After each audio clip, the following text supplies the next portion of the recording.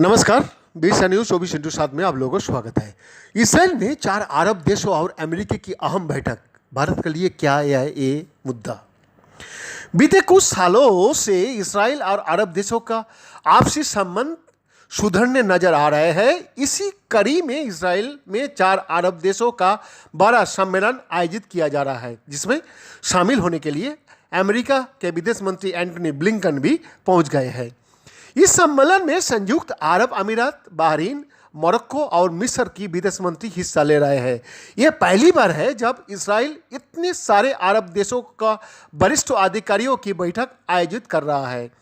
यह बैठक इसराइल का रेगिस्तान इलाका नेगेव में हो रही है और उम्मीद की जा रही है इस दौरान यूक्रेन में चल रहे युद्ध के साथ ही ईरान परमाणु वार्ता पर भी चर्चा की जाएगी।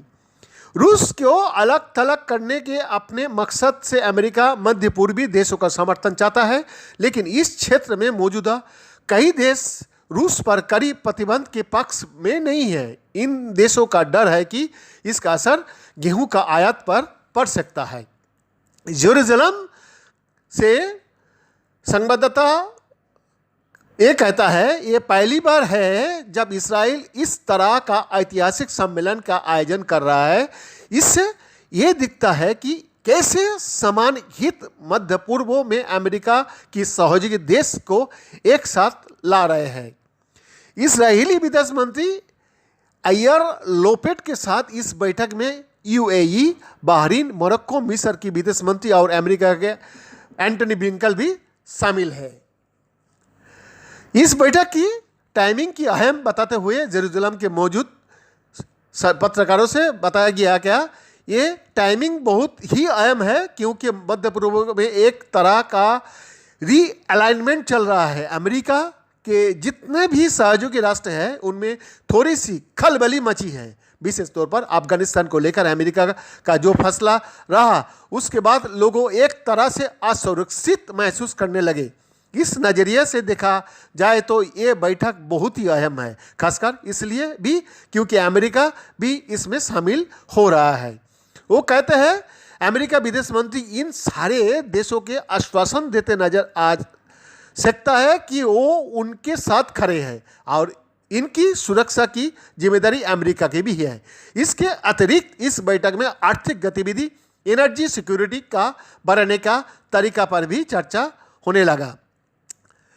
इस बैठक का रणनीतिक महत्व का भी नज़रअंदाज नहीं किया जा सकता, क्योंकि एक तरह से अमेरिका मध्य पूर्व में अपनी साख खोता नजर आ रहा है और इस बैठक से लग रहा है कि वो इन सारे देशों को फिर से एक करने का कवायद शुरू करने जा रहा है।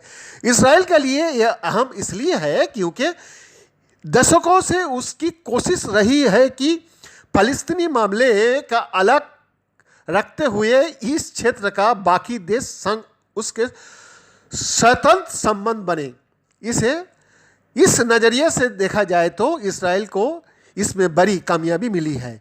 इस बैठक का प्रतीकात्मक महत्व भी है, क्योंकि ये बैठक नेगेव में हो रही है, जो इसराइल का पहले प्रधानमंत्री डेविड बन गुरियन का घर भी है।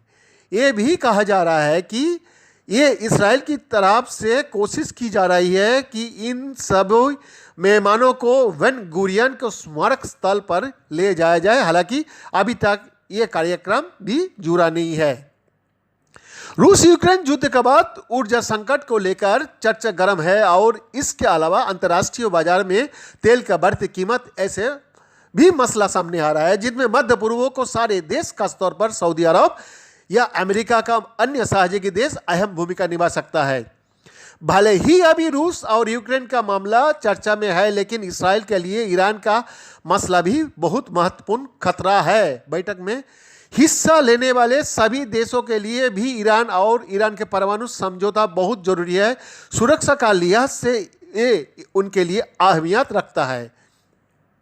ऐसे चर्चा है कि अमेरिका परमाणु समझौतों पर थोड़ा नरम पड़ा है, लेकिन इसराइल की स्थानीय मीडिया में उस बात पर जोर है कि इन देशों को अमेरिका के ओर से आश्वासन दिया जाएगा कि मित्र राष्ट्र परेशान ना हो, क्योंकि अमेरिका ईरान के परमाणु कार्यक्रम के किसी भी तरह सफल नहीं होने देंगे।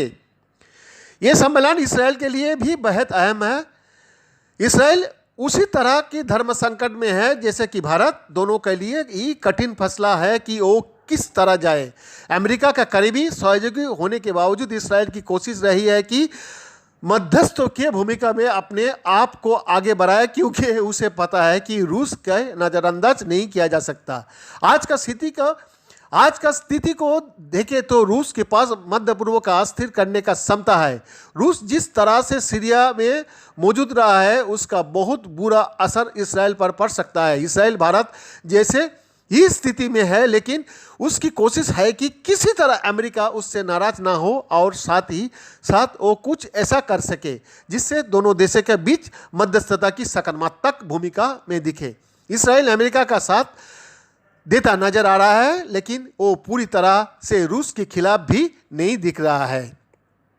बैद्यनाथ दास का रिपोर्ट, बीरसा न्यूज़ 24/7।